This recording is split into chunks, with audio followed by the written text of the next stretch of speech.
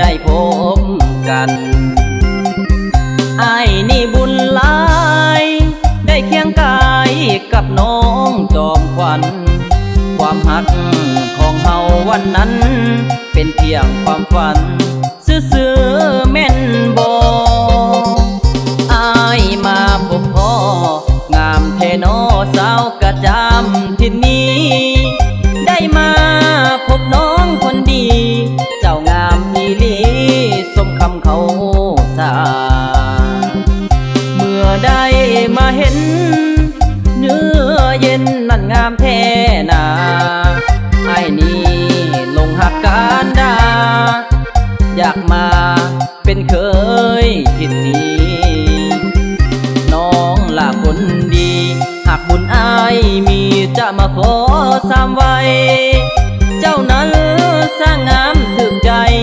ขอฝากหักไว้กับน้องเด้อล่ะสาวบ้านกระจำเจ้างามถึกใจบาดตาอ้ายหักแต่เจ้าเด้อล่ะอ้ายนี่อยากพาเจ้าเข้าเฮือนหอน้องล่ะสามไว้เสื้อใจอ้ายเถิดงามงอนอ้ายนี้หักจริงแน่นอนบางอ่อนอย่าได้กังวลฝากบอกพ่อแม่อ้ายหักแท้เด้อล่ะหน้ามนถึงแม้นว่าอ้ายนี่จนแต่อ้ายเป็นคนหักแท้เด้อนาง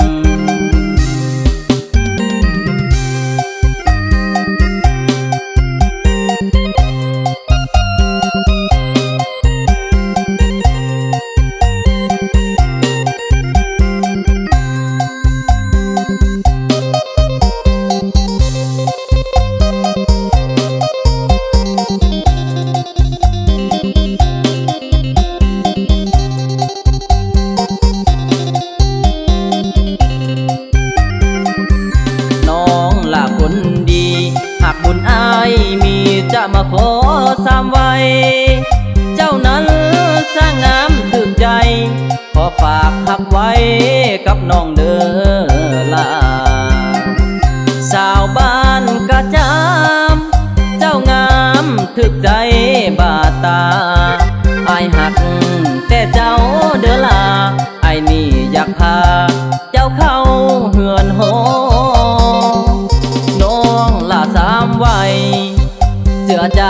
อ้ายเถิดงามงอนอ้ายนี้หักจริงแน่นอนบางอ่อนอย่าได้กังวล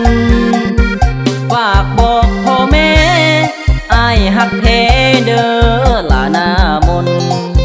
ถึงแม้นว่าอ้ายนี่จนแต่อ้ายเป็นคนหักแท้เด้อ